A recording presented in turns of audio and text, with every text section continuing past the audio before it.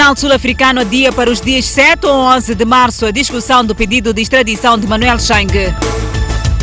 PGR promove detenção dos diretores das cadeias Central de Maputo e Civil da cidade de Maputo. STV e STV Notícias vão transmitir o campeonato da cidade de basquetebol em seniores femininos.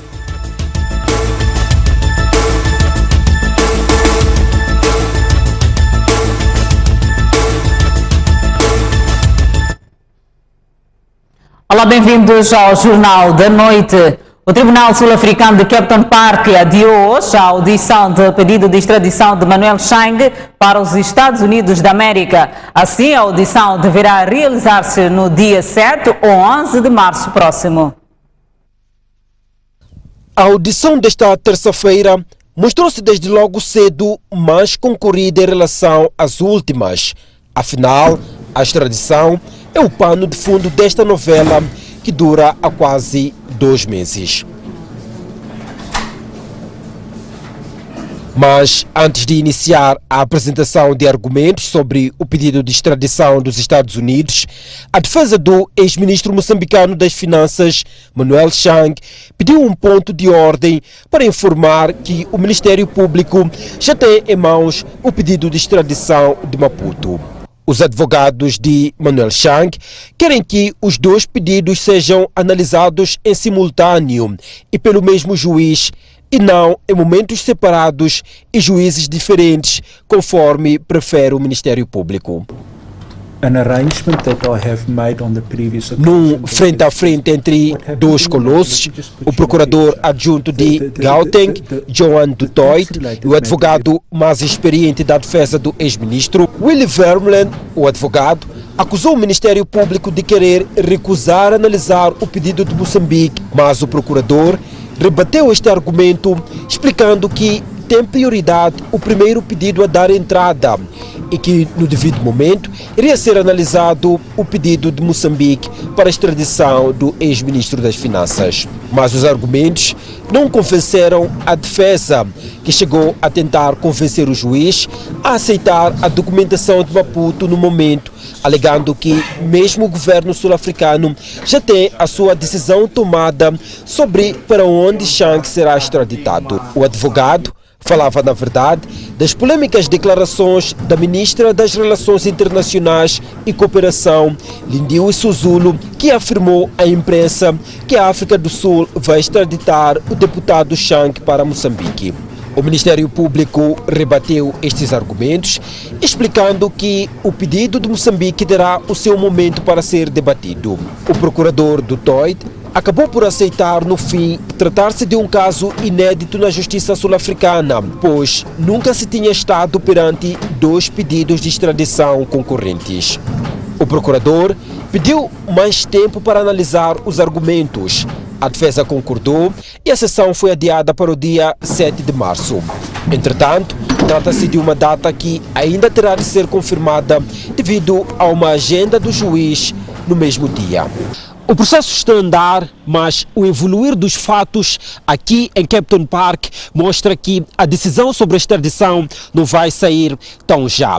De agora até o dia 7 ou dia 12, aguarda-se a resposta do Ministro da Justiça sobre como é que será a análise dos pedidos, se será em simultâneo, como pede a defesa do ex-ministro, ou de forma separada. O que já dá para perceber é que, se a análise for em simultâneo, o processo poderá ser um pouco mais rápido do que se prevê. Imagens de Pedro Amba, António Tiwa, Kempton Park, Johannesburg, STV. E a Procuradoria Sul-Africana diz que o pedido de extradição de Moçambique ainda não chegou ao tribunal porque não estava acompanhado de um mandato de captura emitido pela Interpol. No entanto, a Embaixada nega este argumento e diz que foram cumpridos todos os requisitos exigidos pelo protocolo da SADC. As audições de Manuel Chang no Tribunal de Kempton Park são desde esta terça-feira acompanhadas por uma porta-voz do Ministério Público.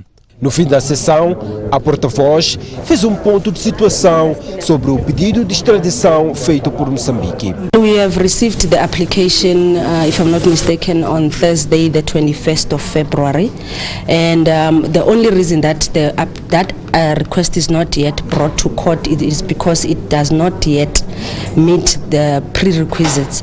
Amongst others, the warrant of arrest still needs to be arranged. It is issued by the requesting country, obviously working in connection with, together with Interpol.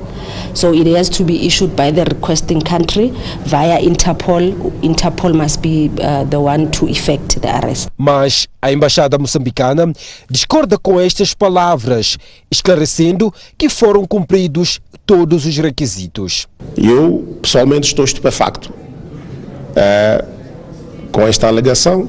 Portanto, quando sei, há um mandado de captura internacional emitida por um juiz do Tribunal Supremo de Moçambique, que está anexo ao pedido de extradição de Moçambique.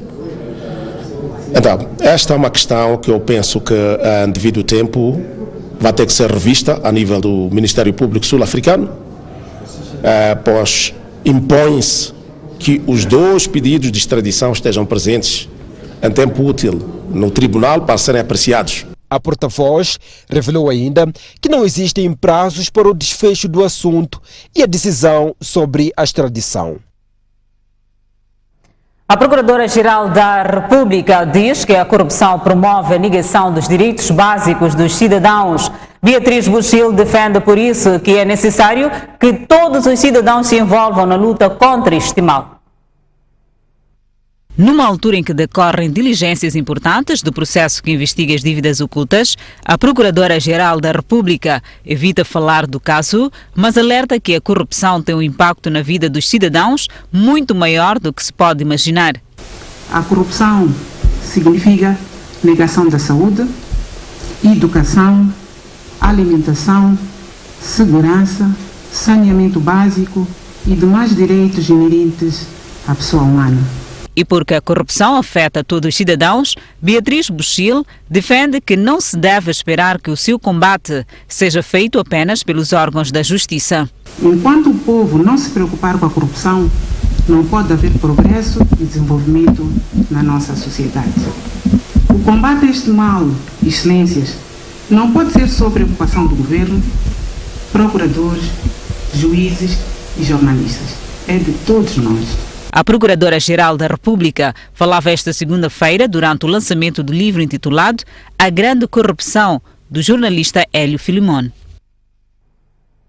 A Procuradoria-Geral da República ordenou a detenção dos diretores da Penitenciária Provincial de Maputo e Preventiva da cidade de Maputo. Os dois responsáveis fazem parte de um grupo de agentes prisionais detidos por envolvimento na facilitação de saída de reclusos. Ramos Zamboco e José Machado, que vinham desempenhando as funções de diretores das penitenciárias provincial de Maputo e preventiva da capital do país, fazem parte de um total de 17 agentes do Serviço Nacional Penitenciário, detidos por ordem da Procuradoria-Geral da República. De acordo com informações a que a STV teve acesso, pesa sobre os 17 indícios de envolvimento na facilitação de saída de reclusos por meio de falsas declarações, falsidade de documentos e abusos de cargo e funções. Contra os 17, corre o processo número 273/10/P/17, que está na fase de instrução preparatória.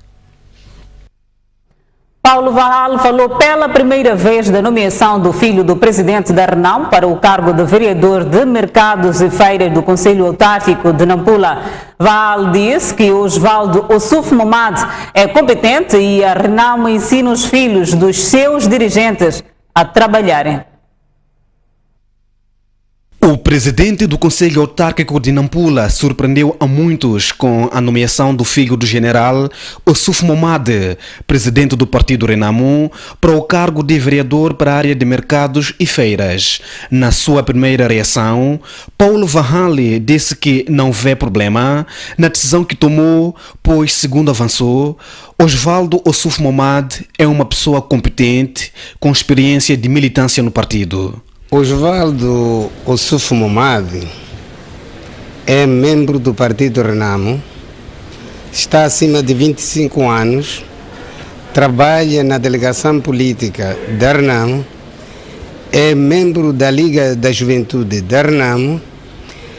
50% ou 70% dos cartões de membro do Partido Renamo, os membros da província de Nampula, é o Osvaldo que emite. E também ele é funcionário do Conselho Municipal antes do pai, portanto o presidente do partido, ser eleito como presidente do Partido Renamo.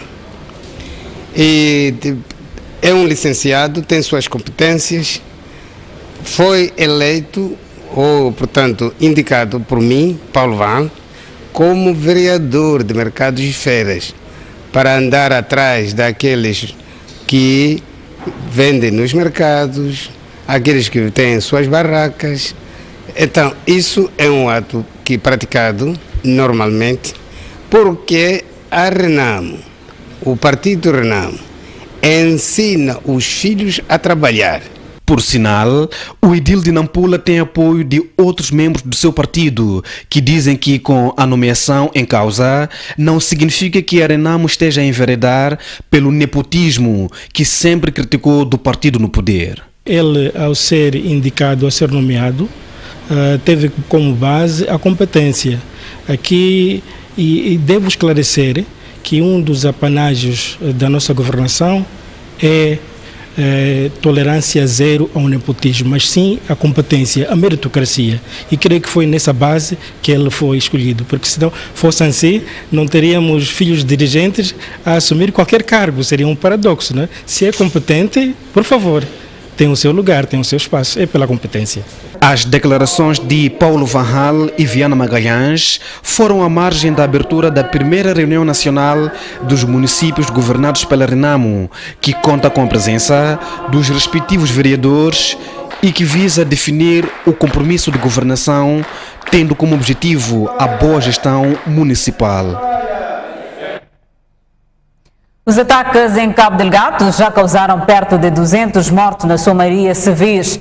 Académicos reconhecem a complexidade do caso, mas criticam a forma como o governo está a combater os criminosos. Sugerem mais trabalho de inteligência do Estado e não apenas a força militar.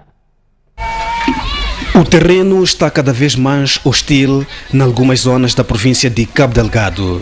Desde que a violência começou em outubro de 2017, estima-se que 200 pessoas tenham perdido a vida nos distritos de Macomia, Mocimboa da Praia, Palma, Kisanga e Nangade.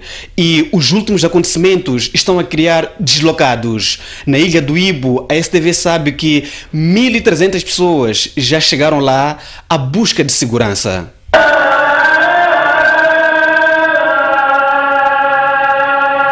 Mais de 60% da população de Cabo Delgado e Nampula professa a religião islâmica e desde a primeira hora os muçulmanos distanciaram-se dos radicais que atuam naquela província. Dizer que são pessoas de cá, esta possibilidade pode ser uma possibilidade 80% nula. E são pessoas que vêm de fora, mas estiveram cá lado a lado a conviver com os moçambicanos, foram acolhidos e começaram já mais tarde a disseminar, a expandir esse tipo de ideologias. A violência praticada por grupos sem rosto, com motivações até aqui desconhecidas, exige um combate não apenas de força, como também de inteligência do Estado. A opinião é deste professor do Departamento de Ciências Sociais na Universidade Pedagógica em Nampula. Porque são indivíduos que não se identificam, nem se sabe quem é o líder e o que é que reivindica também ninguém consegue descobrir. Por isso, um trabalho sério de inteligência envolvendo a população local, ou no mínimo pessoas que comungam ou partilham a mesma vivência, a mesma cultura, sobretudo a mesma língua, poderia ser uma das saídas. O acadêmico Arsénio Cuco é doutorado em Ciências Políticas, autor da tese intitulada Caminhos e Descaminhos do Processo de Democratização de Moçambique. Para si, a violência é algo que não é novo neste país. E o que mais lhe preocupa neste momento é o silêncio das organizações da sociedade civil perante a barbárie em Cabo Delgado. Quando tivemos a primeira situação de ataques em 2012, vários movimentos se mobilizaram e foram para a rua, exigindo para que alguma medida fosse tomada em relação àquela situação. E o resultado foi aquilo que a gente veio assistindo, essas tréguas tensas que a gente veio vivendo ao longo deste período. Que deram, de alguma forma, embora nós não sabemos quando é que essas tréguas vão terminar, mas deram um espaço de ausência de violência armada. Então, eu acho que os movimentos só devem tomar o seu papel. Enquanto isso, dos estrangeiros chegam mensagens de solidariedade. Apercebemos do que está a acontecer com Cabo Delgado e queríamos deixar-vos uma mensagem. Angola está com Cabo Delgado. E Cabo Delgado também é Moçambique. Queremos decirles que Cabo Delgado también es Mozambique. Bonjour, nous sommes de la RDC. Cabo Delgado, c'est aussi le Mozambique. Prenez-en soin. O Banco Central prevê uma aceleração da inflação em torno de 6 a 7% este ano, quase o dobro do restante em 2018. Projeções do Departamento de Estudos Econômicos do Banco de Moçambique, divulgadas esta segunda-feira, continuam a apontar para uma inflação anual de um dígito para 2019, em linha com o registro do ano anterior. Concretamente, este Departamento do Banco Central prevê uma inflação em torno de 6 a 7% este ano, contra 3,91% de 2018, ou seja, uma aceleração do custo de vida em cerca de 3%. Já no que concerne ao desempenho da atividade econômica, estima-se uma ligeira aceleração do produto interno bruto em 2019, sustentada pela melhoria da procura interna, bem como o dinamismo esperado no setor produtivo. Ainda na sua conjuntura econômica e perspectiva de inflação, o Banco de Moçambique refere que até 8 de fevereiro deste ano, as reservas internacionais líquidas reduziram em 35 milhões de dólares para 2,8 bilhões de dólares relativamente ao fecho de 2018. Concretamente, o saldo das reservas internacionais brutas situou-se em cerca de 3 mil milhões de dólares, valor suficiente para cobrir aproximadamente 7 meses de importações de bens e serviços, excluindo a dos grandes projetos. O desgaste das reservas no período de análise foi determinado principalmente pelas vendas líquidas de divisas no mercado cambial interbancário no valor de 91 milhões de dólares, pagamento de serviço da dívida externa pública no valor de 13 milhões de dólares, movimentos que, entretanto, foram atenuados pelos potenciais ganhos cambiais líquidos no valor de cerca de 28 milhões de dólares, outras compras de divisas efetuadas pelo Banco de Moçambique, totalizando 26 milhões de dólares, e depósito líquido dos bancos comerciais no valor de 11 milhões de dólares. O governo aprovou hoje um novo regulamento de transporte que prevê o sistema informático para licenciamento do transporte de passageiros, introdução de um manual de segurança. O regulamento prevê a profissionalização do transporte escolar e sua fiscalização. Com a aprovação do novo regulamento de transportes em automóveis, entre várias matérias, pretende-se, por exemplo, no âmbito do licenciamento, eliminar o licenciamento de reboque quando se trata do conjunto de veículos. Permite ainda o licenciamento de veículos de 15 lugares, portanto, permite eliminar o licenciamento de veículos de 15 lugares para o exercício de transporte de passageiros para distância não superiores a 600 km, o que irá permitir maior envolvimento do setor privado na indústria dos transportes. Mais ainda, a identificação exclusiva com recurso a uma cor única dos veículos empregues no transporte escolar. Este documento, no seu âmbito de licenciamento, prevê também a instituição de uma licença ocasional, que denominamos de licença classe E, a ser emitida a favor dos operadores não licenciados que pretendam transportar objetos de caráter particular. No âmbito da segurança rodoviária, pretende-se com este novo instrumento Instituir o uso obrigatório do extintor de incêndio com capacidade segundo a categoria de veículo, empregue para o transporte de passageiros. Introduzir o manual de conteúdos de segurança e procedimentos a serem observados pelos passageiros em caso de incidentes ou acidentes a serem anunciados antes da partida nos terminais e nos pontos intermediários pela tripulação do veículo. Em termos de penalizações, Mesquita diz que continuarão as previstas no Código de Estrada e quanto ao custo, por exemplo, da informatização do sistema e licenciamento, o ministro diz que é uma matéria ainda em análise. Ainda esta terça-feira, o Executivo aprovou a criação de um fundo para apoiar os produtores agrícolas. O decreto que determina que as instituições de ensino superior façam a própria gestão das receitas e o decreto sobre o plano estratégico e operacional para a política da sociedade de informação. Relativamente ao conteúdo destes instrumentos, o plano estratégico incide sobre as principais iniciativas para a modernização dos serviços da administração pública, definindo as áreas de atuação e os eixos estratégicos para a sua implementação.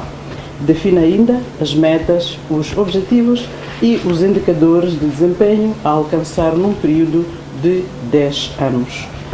O plano operacional estabelece os termos de avaliação do meio termo, fixando, portanto, o período dessa avaliação em 5 anos.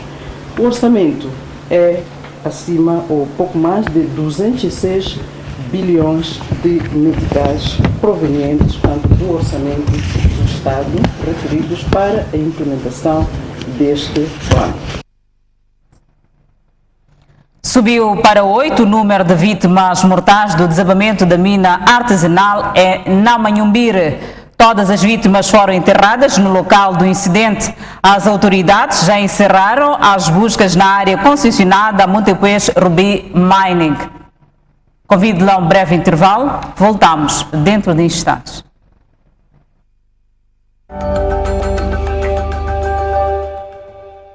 De volta ao Jornal da Noite.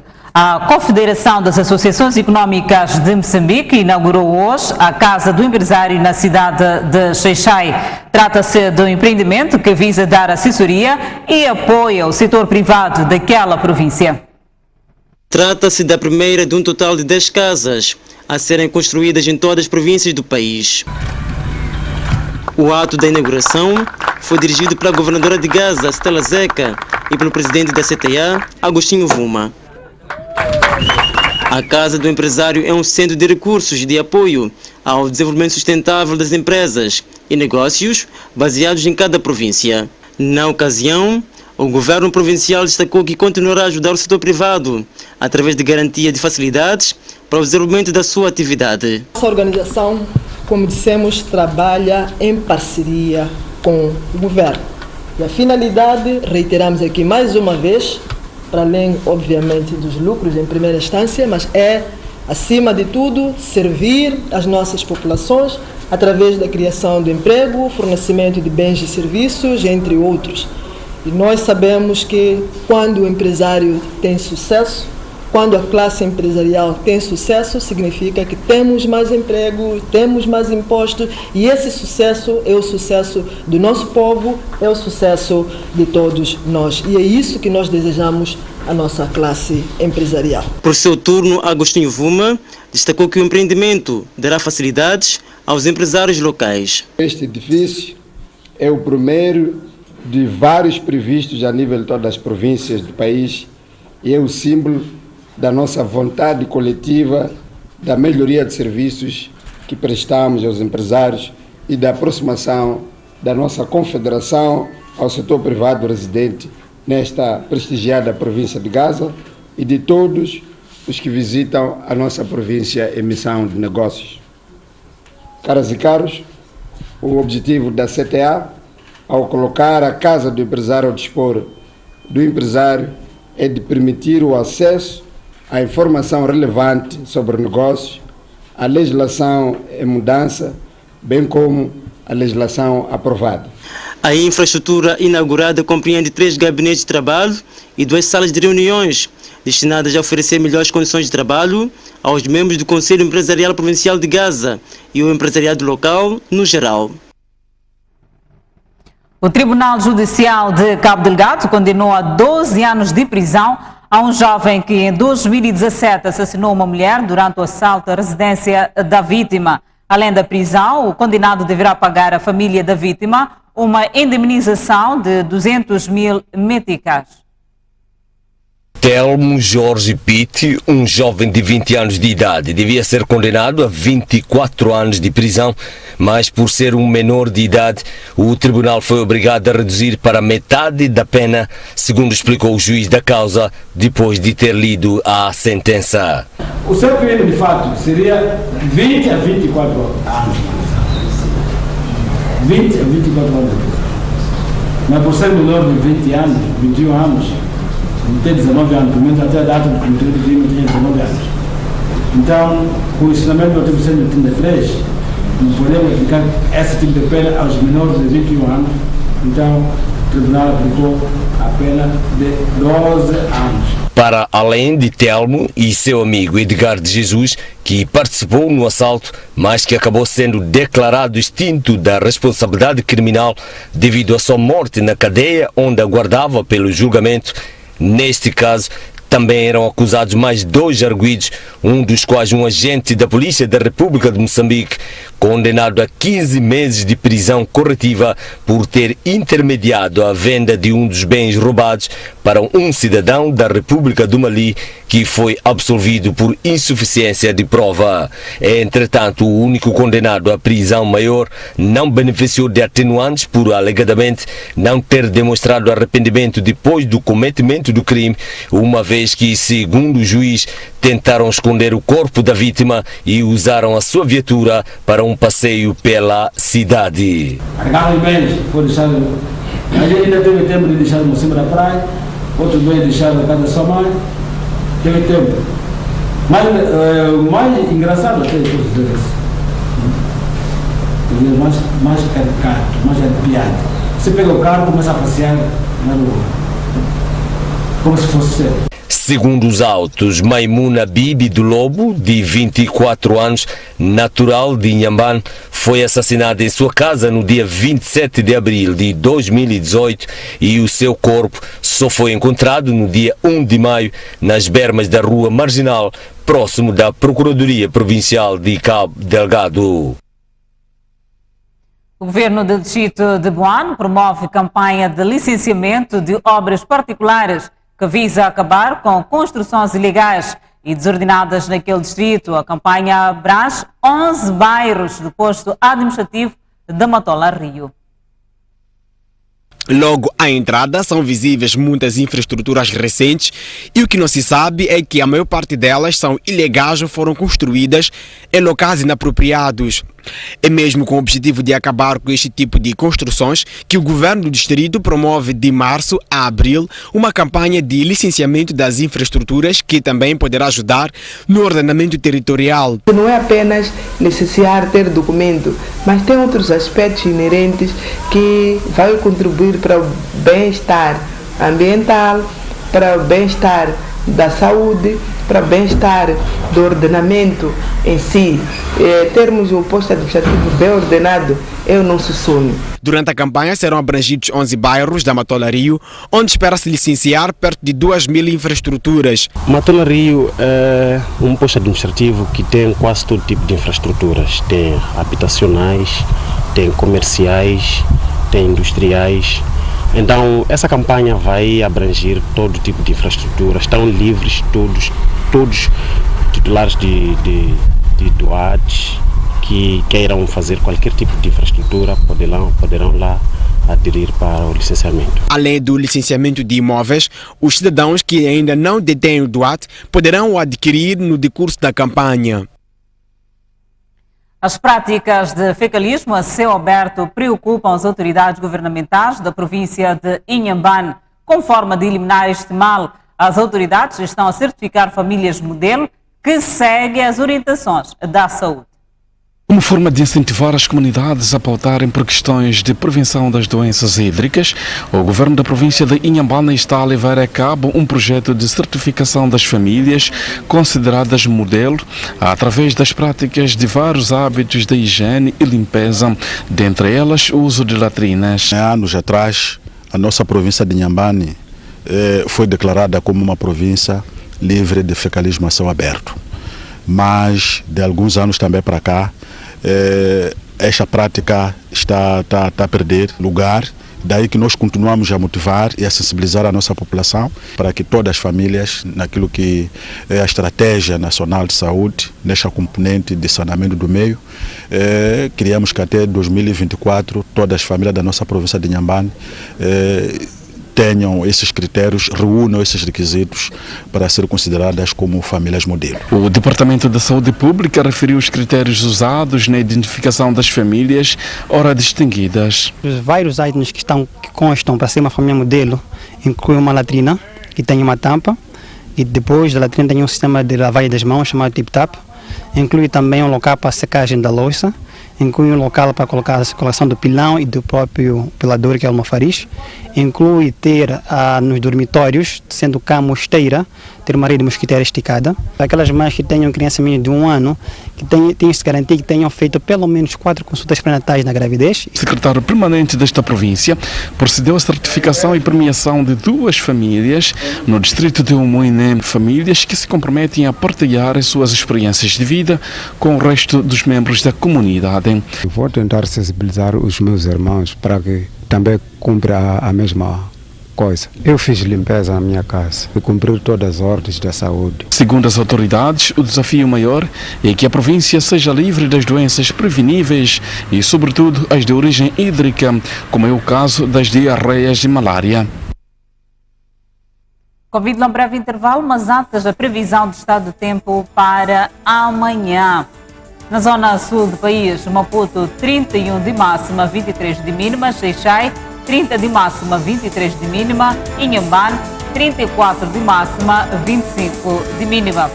Seguimos para a zona centro do país, Beira 33 de máxima, 24 de mínima, Quelimane 36 de máxima, 27 de mínima, Chimoio 32 de máxima, 19 de mínima, Tete 36 de máxima, 21 de mínima. Na zona norte do país, Nampula 33 de máxima, 24 de mínima, Pemba 32 de máxima, 24 de mínima, Lixinga 29 de máxima, 17 de mínima. De volta ao Jornal da Noite, seguimos com página desportiva. Ferroviário de Maputo e Costa do Sol protagonizam sexta-feira no pavilhão da Universidade Eduardo Mondlane o jogo de destaque da primeira jornada da Engine Maputo Basket em seniores femininos, segundo ditou o sorteio realizado esta terça-feira. Jogo grande na abertura da Engine Maputo Basket em seniores femininos. Reedição das finais dos últimos 4 anos, 2 das melhores equipas da atualidade na quadra do pavilhão da Universidade Eduardo Mondlane. É um jogo a ser seguido com muita atenção, até porque estamos em presença de 2 das melhores equipas da atualidade no panorama do basquetebol feminino. Mas 2 equipas que mais contribuem com atletas para a seleção nacional. O Ferroviário sempre tem todas as provas que entra, quem está lá sujeita-se a ganhar, então não vai fugir à regra.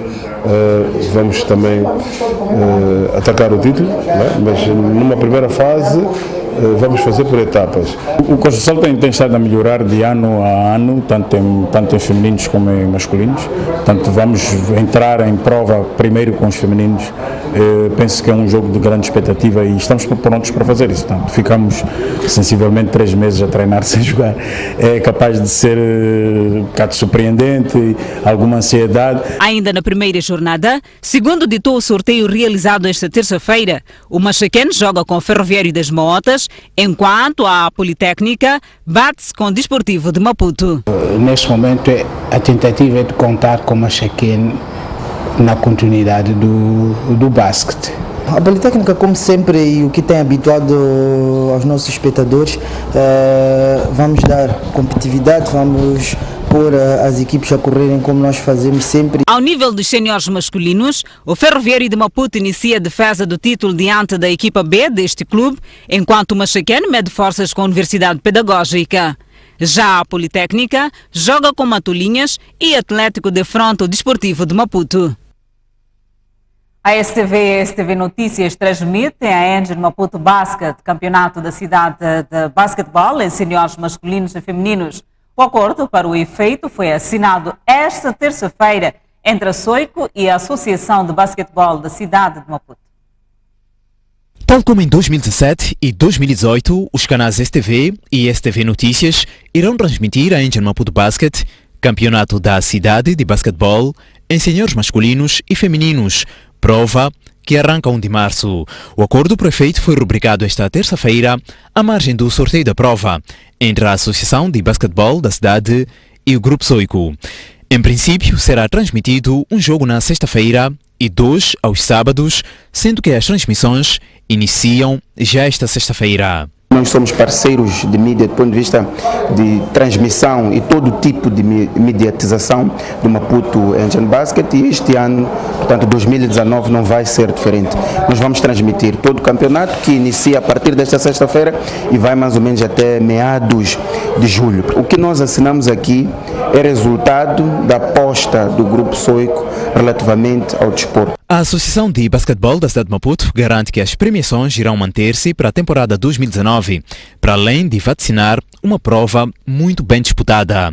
Com as transmissões televisivas, a ABCM espera que a prova continue a ter a mesma notoriedade. As nossas ideias em termos de premiação mantêm-se, juntamente com o patrocinador, mas nós queríamos este ano oferecer um presente ao ressaltador, ao melhor árbitro. Portanto, esses outros que nós não contabilizamos ao longo dos outros anos. Vamos esperar que no dia 8 de junho, que é o que nós estamos à espera que seja o final, possamos fazer uma festa a condizer com estes 4 anos que estão prestes a terminar este mandato. Ainda esta terça-feira, a Associação de Basquetebol da cidade de Maputo assinou acordos de patrocínio com a Oxigênio 8 e a Compal, que pretendem dar o seu contributo para o desenvolvimento da modalidade da bola ao cesto. Estamos a ajudar a suprir algumas dificuldades que a associação tinha em pagar alguns salários, a pagar os árbitros e outras necessidades que eles tinham. O convite da Associação de Basquete foi feito ano passado e achámos que era o momento ideal para promovermos a marca junto do desporto de uma forma mais relevante, de uma forma mais impactante. Na primeira fase, a Engine Maputo Basket, em masculinos, deverá ser disputada num sistema de todos contra todos em 2 voltas, enquanto em femininos prevê-se 3 voltas. Seguimos com página internacional. O presidente da Nigéria, Muhammadu Buhari, está a liderar a contagem dos votos. Entretanto, o principal partido da oposição rejeita os resultados provisórios anunciados pela Comissão Eleitoral.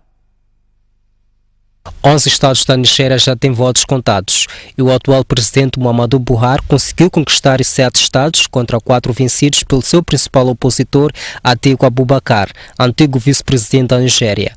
Dos estados conquistados por Abubakar inclui-se Abuja, capital do país. Convidado a reagir, Buhari disse que o melhor seria esperar a divulgação dos resultados finais. Entretanto, o partido Abubakar considera os resultados provisórios incorretos e manipulados por APC, o partido no poder. A contagem de votos ainda está longe de terminar, pois Nigéria dispõe de 36 estados. A União Africana classificou as eleições do sábado último como credíveis e transparentes, mas os Estados Unidos dizem o contrário, pelo fato destas eleições terem sido adiadas por uma semana sem razões convincentes. Segundo 70 grupos civis, 39 pessoas perderam a vida durante a semana eleitoral. É já amanhã que o presidente dos Estados Unidos e o líder da Coreia do Norte voltam a reunir-se para discutir a possibilidade da desnuclearização coreana. Após 8 meses da realização da cimeira histórica em que, pela primeira vez, um presidente norte-americano encontrou-se com o líder norte-coreano, Donald Trump e Kim Jong-un voltam a reunir-se entre terça e quinta-feira no Vietnã. O líder norte-coreano chegou esta terça-feira a Hanoi, onde vai decorrer a cimeira após algumas horas de viagem de comboio blindado. Espera-se que o presidente Trump chegue ainda esta terça-feira à noite. O secretário de Estado norte-americano Mike Pompeo, responsável pela melhoria das relações diplomáticas entre os dois países, já se encontra na capital do Vietnã. No Twitter, Trump prometeu alavancar de maneira estrondosa a economia da Coreia do Norte caso Kim Jong-un abandone definitivamente o seu programa nuclear. A Coreia do Sul espera que esta cimeira também termine em declaração oficial do fim da Guerra Coreana de 1950 a 1953. Vários analistas norte-americanos receiam que esta cimeira não passe de mais um pacto de palavras, como aconteceu com a anterior, ocorrida em Singapura. O Jornal da Noite fica por aqui. Obrigada pela atenção dispensada. Encontro marcado amanhã à mesma hora. Até lá. Fique bem.